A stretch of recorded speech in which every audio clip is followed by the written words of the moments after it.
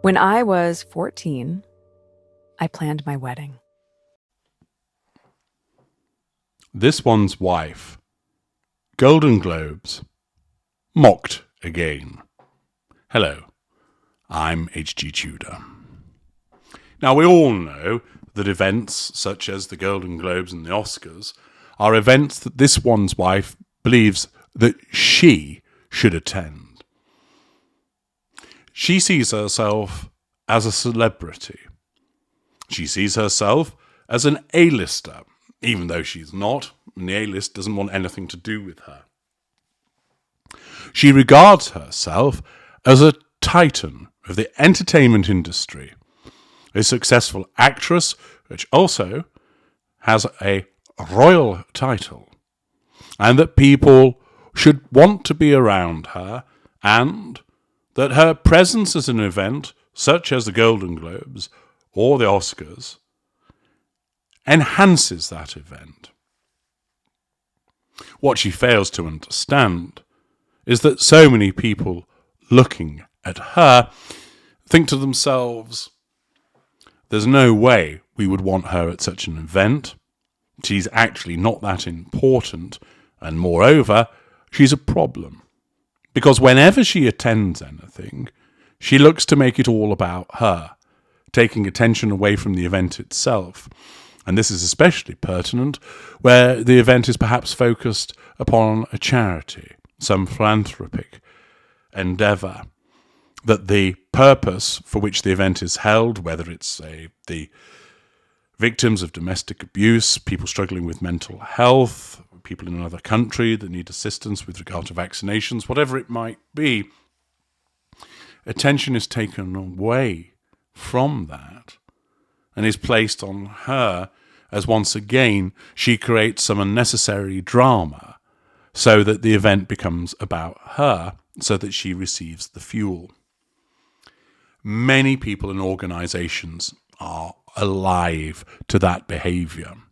They may not realise that this is the modus operandi of a narcissist, but they recognise that you're really taking a chance if you invite her to an event because of the risk of her taking it over and making it all about her.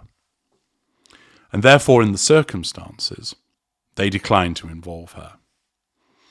We saw that, in its simplest sense, at the Kevin Costner event, where the relevant lady thought, no way are you getting hold of this mic, because you're just going to make it all about you, rather than it being about the relevant cause that Kevin Costner was involved in, and thus she maintained a tight grip upon the microphone.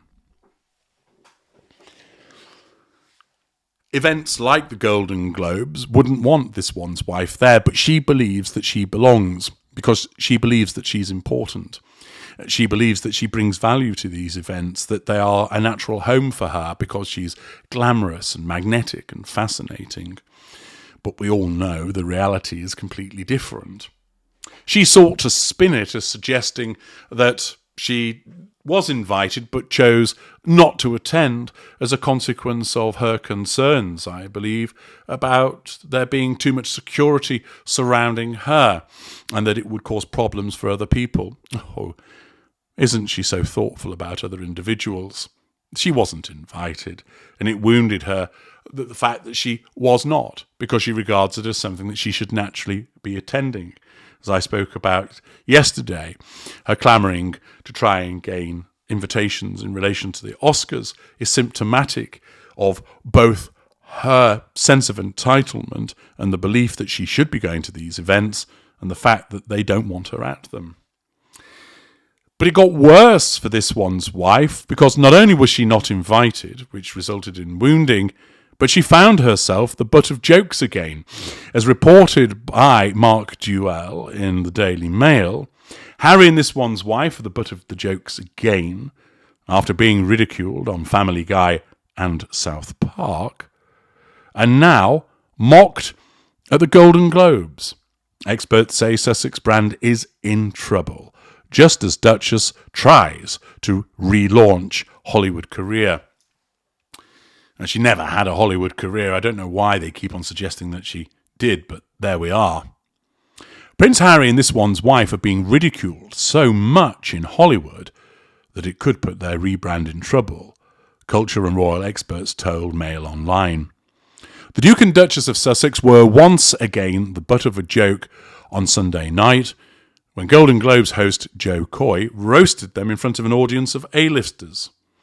The US comedian said the couple were being paid millions of dollars for doing absolutely nothing, and that's just by Netflix. The comment was met with huge laughs. Well, it would appear one of the few laughs that Joe Coy got in the auditorium, including one from Netflix chief executive Ted Sarandos, which, of course, that would not have gone down well with Madame.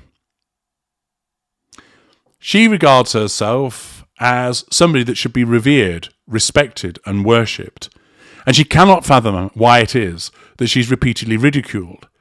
She has no sense of humour herself, and she does not, because her narcissism doesn't allow her to see it, she simply doesn't compute. She can't fathom why people take the piss out of her in the way that they do. She doesn't realise that she's the gift that keeps on giving.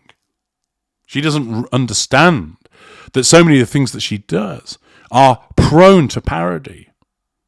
Instead, she thinks that people should be respecting her without realising she doesn't do anything to earn that actual respect.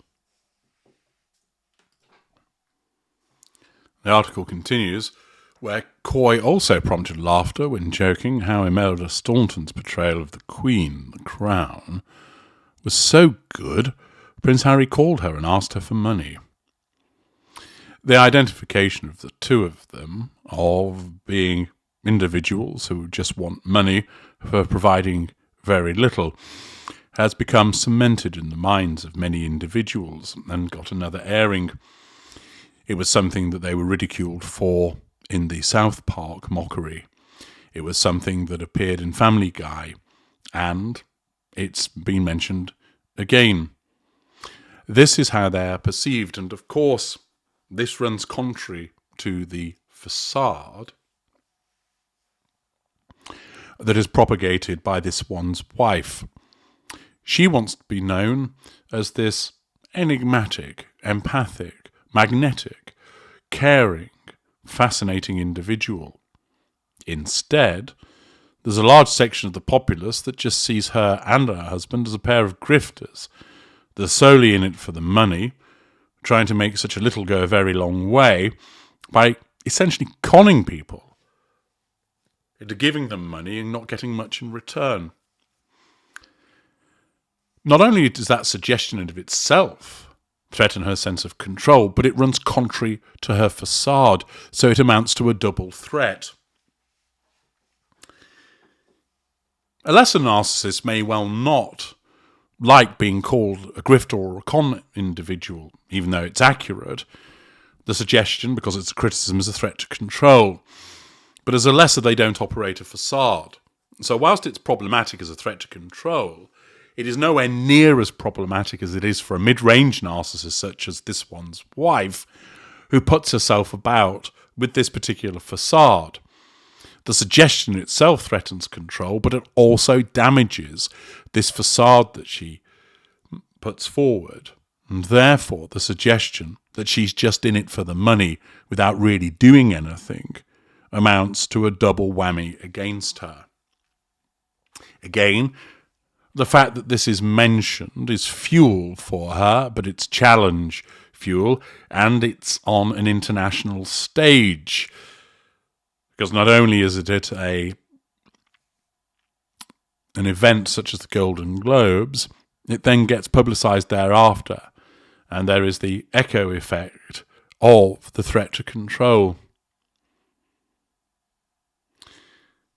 The article reiterates about their relationship with Netflix and being axed from Spotify, and then explains that Sunday was the latest joke on US television at the couple's expense over the past year, including a South Park episode last February entitled Worldwide Privacy Tour, which showed the couple on a publicity blitz to promote Harry's book, Wah.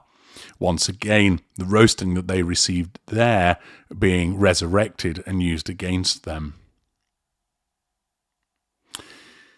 Phil Dampier explains a couple of years ago, Harry and this one's wife would not have been humiliated in this way, but they are now the butt of jokes, even among the woke lovies of Hollywood. When you become figures of ridicule, you're in trouble. When they first moved to America, they were a popular couple, but people have seen through them and are fed up with their constant moaning. This is the latest of a growing list of Mickey takes out of them, following on from South Park and other shows. They're badly in need of a new direction in 2024, otherwise they could nosedive. They have to pay for their security and have huge running costs, so they need money coming in, but the sources of income are drying up.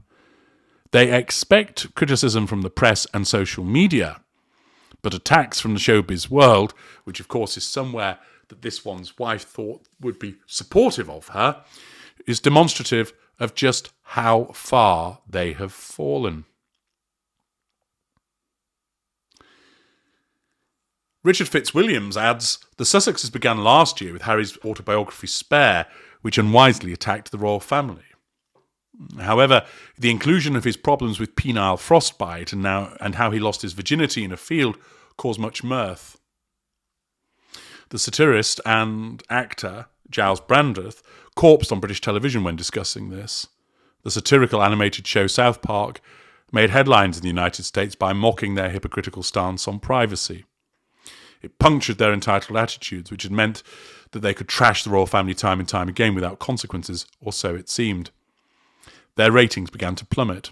Recently, The Hollywood Reporter called them losers. Now Golden Globes host Joy Coy has mocked the fact that they will still get paid millions of dollars for doing absolutely nothing, and that's just by Netflix. Coy did not distinguish himself in the role as host, but he did highlight the fact that this one's wife, who joined the prestigious WME agency in April, has, despite rumours of a relaunch, done nothing. After the fiasco of Omid Scobie's Bell Endgame, the Sussexes were very silent. There were reports of blogs and adapting a romantic novel for Netflix, but nothing has materialised. Now Netflix no longer produces The Crown, they may be viewed as expendable if they continue to produce so little. So not only is it the case that they are mocked and ridiculed at the Golden Globes, but commentators are seeing just how this ridicule is manifesting, namely it comes from a place where they ought to be receiving support, demonstrates how far they have fallen. Of course, why did this happen? Because of the narcissism of this one's wife and the way that it caused her to behave. And she's not going to do anything at all to correct this. She will demand that others salvage the situation without realising that she is the problem. And that for as long as that she maintains that she has to have this prominence, this fame, that she must be centre of attention, the problem will never be solved. And all they'll face is more and more ridicule, which will mean that anybody who might have been contemplating working with them will run a mile from them. Because why would you want to be associated with a pair of abject losers? I'm H.G. Tudor. Thank you for listening.